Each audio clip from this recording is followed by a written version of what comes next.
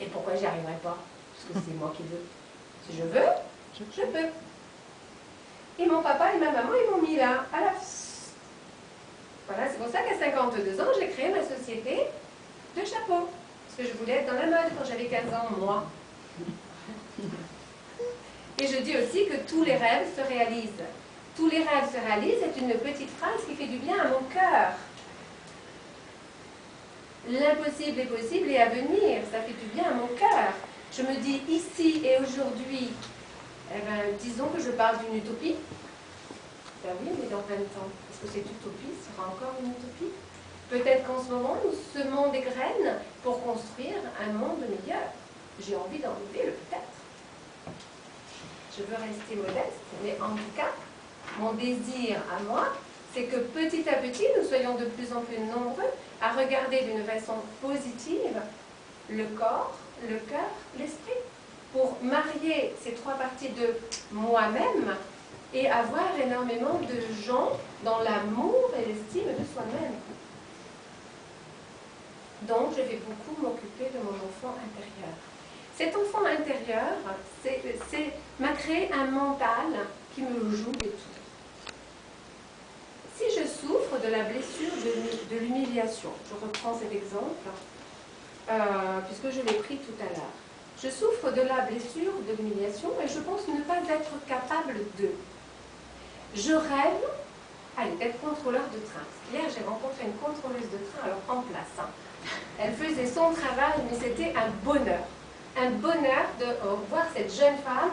Bonjour madame, elle faisait son métier. Ah mais non, mais pas comme ça, montrez-moi votre carte. Elle était à sa place. Et je me suis dit, c'est merveilleux. Est-ce que moi, je suis bien à ma place si je vis la blessure de l'humiliation? Je ne vais pas oser. Je ne vais pas penser être capable de passer le concours de contrôleur de train. Je me dis, c'est pas pour moi. Vous comprenez? Donc, il faut d'abord que je guérisse de ma blessure de l'humiliation pour pouvoir me dire, j'ai droit, je le fais. C'est l'histoire des deux femmes sur le quai de la gare que je raffole de raconter parce qu'elles sont très représentatives de ce que je vis. Deux femmes sont sur le quai de la gare. Elles travaillent dans la même entreprise. Elles n'ont pas d'enfants, donc elles prennent leurs vacances en septembre. Parce qu'évidemment, juillet et août, c'est réservé pour les mamans et les papas, les pères de famille et les familles. La première, je vais me régaler. Je vais passer des vacances merveilleuses. Il va faire beau, je vais aller me promener dans... Elle a réservé un studio près de l'océan. Je vais me promener dans les vagues, je vais marcher dans le sable, je vais manger des crêpes, le bonheur. La deuxième. Bon, attention à ma valise, parce que dans les trains, dans les gares, j'ai des voleurs. Je dis, bon, je vais monter dans le train, il y a quelqu'un qui va être assis à ma place. Je ne vais pas contrôler. Si ça se trouve, en studio, il est côté court. C'est sûr. C'est vraiment taré, ça. Est-ce que vous pensez que ces deux femmes vont vivre les mêmes vacances? Non. Ben, c'est nous. C'est notre corps, c'est notre esprit, c'est notre cœur.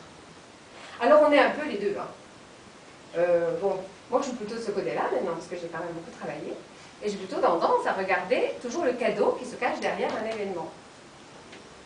Parce que quand il nous arrive des grosses catastrophes, c'est souvent pour notre bonheur. D'accord? Il y a souvent plusieurs cadeaux qui se cachent derrière une catastrophe. Si j'ouvre bien les yeux, je les trouve. La phrase positive que je dis souvent, c'est tout est juste. Tout est bonheur et tout est cadeau. Je suis responsable de trouver tout cela. Donc vous êtes d'accord avec moi que je crée ma réalité à partir de moi-même. Et j'ai tout pouvoir pour changer. C'est la règle numéro 3. J'ai tout pouvoir sur moi-même. Et vous comprenez bien que si je prends pouvoir sur moi-même, d'un coup, mon environnement change et d'un coup, je laisse l'autre avoir tout pouvoir sur lui-même.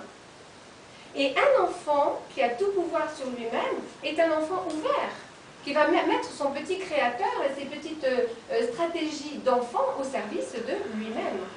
Et je peux être cet adulte qui met l'enfant qui est en face de moi en route, mais aussi mon enfant intérieur. J'ai tout pouvoir sur moi-même, ici et maintenant. Chaque instant est un instant. Et c'est la suite des instants qui construisent ma vie. Et si à chaque instant, j'ai pouvoir sur moi-même, j'avance. Je décide. Je tranche. Je choisis.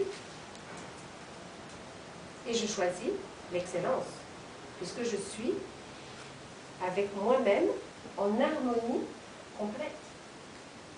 D'accord?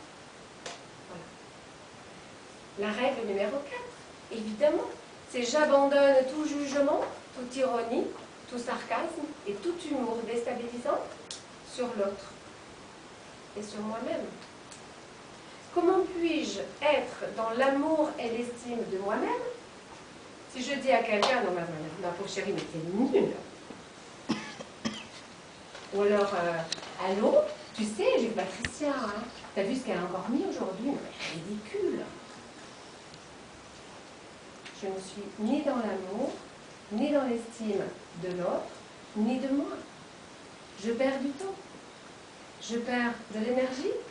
Je me retrouve en rouge sur mon compte bancaire parce que je ne suis pas là, ici et maintenant, dans l'amour et la transformation de moi-même. Si je m'entends juger, critiquer, faire de l'ironie sur l'autre, je m'arrête. Et je pense qu'ici, il y a un gros travail déjà de fait au niveau du jugement, du sarcasme, de l'ironie. Et si on cherche bien, il y en a encore un peu au sujet de moi-même. Je me maltraite. Je suis dure. Je me dis, j'ai encore pas été à la hauteur. Quand je sors d'un entretien, d'avoir un petit défi de la vie, je me dis, oh là là, ce que j'aurais pu dire, ce que j'ai pas dit, mon Dieu, j'ai pas pensé à ça. Et je ne vois pas que, en fait, j'ai quand même dit ça, j'ai fait ça, j'ai entendu ça, ça a été un plus. Donc je me mets soit dans le positif, soit dans le négatif. C'est comme d'habitude. J'ai encore pas pensé à ce que je vais dire.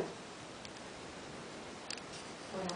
Et là, je suis encore dans mon petit enfant intérieur où maman me bouscule et me dit « Mais enfin, mais t'as pas mis ça?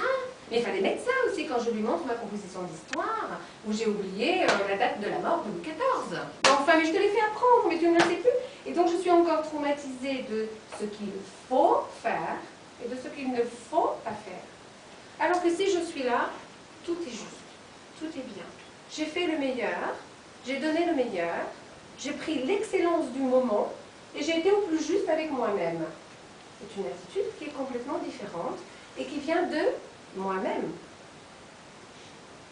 Je choisis.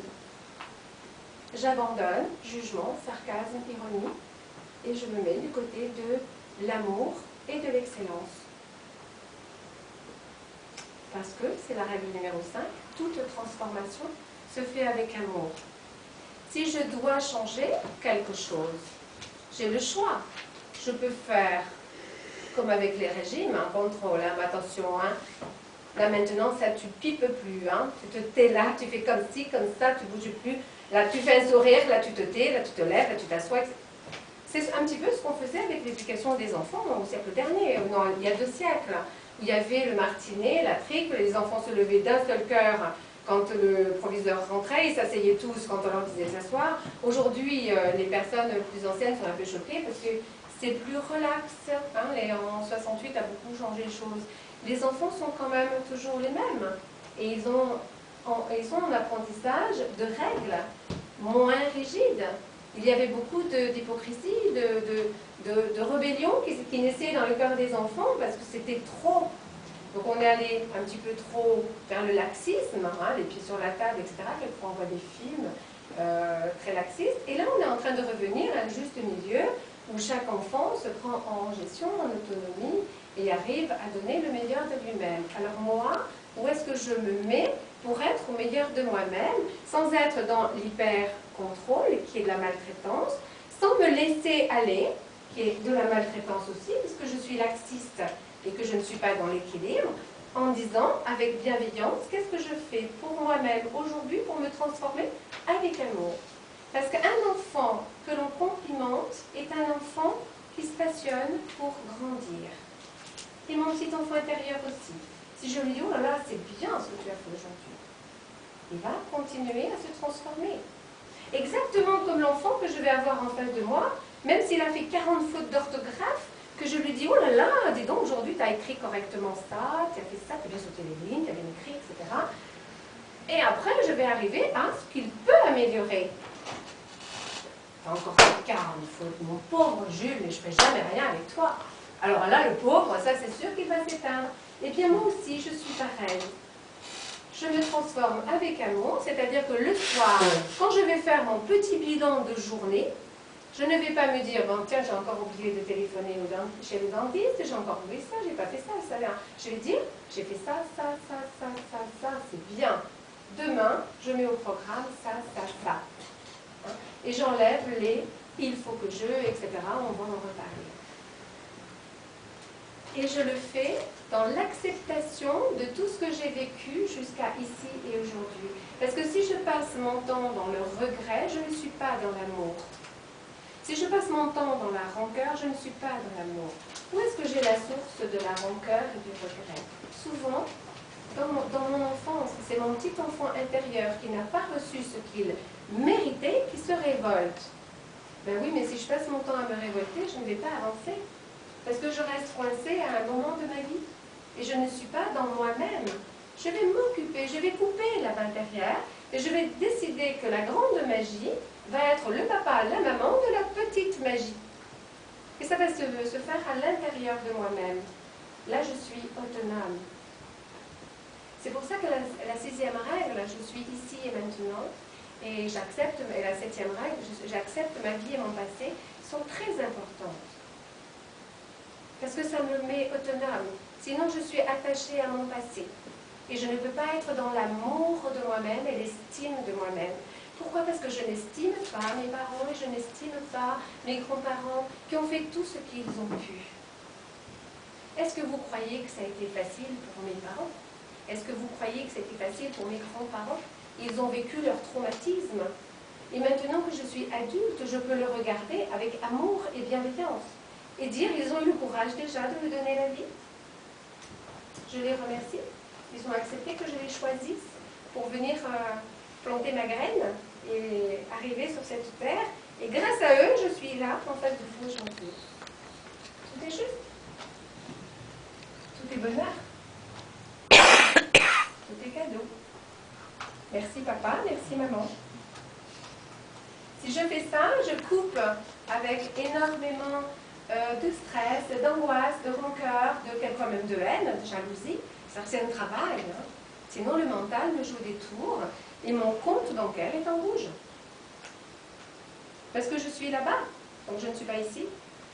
Je suis physiquement ici, mais je suis émotionnellement là-bas, dans ma petite enfance, sur l'échelle du temps. Et le temps n'est pas le temps. Si on veut que le temps devienne le temps, on est ici et maintenant, on accepte sa vie et son passé, et on cultive soi-même sa graine d'amour et d'estime de soi-même. D'accord? Je ne vous ai pas dit que vous pouviez m'interrompre, mais vous pouvez m'interrompre. Hein. Si vous voulez un éclairage, avec plaisir. Oui, moi je l'aurais numéro 6. Pardon? J'aurais numéro 6.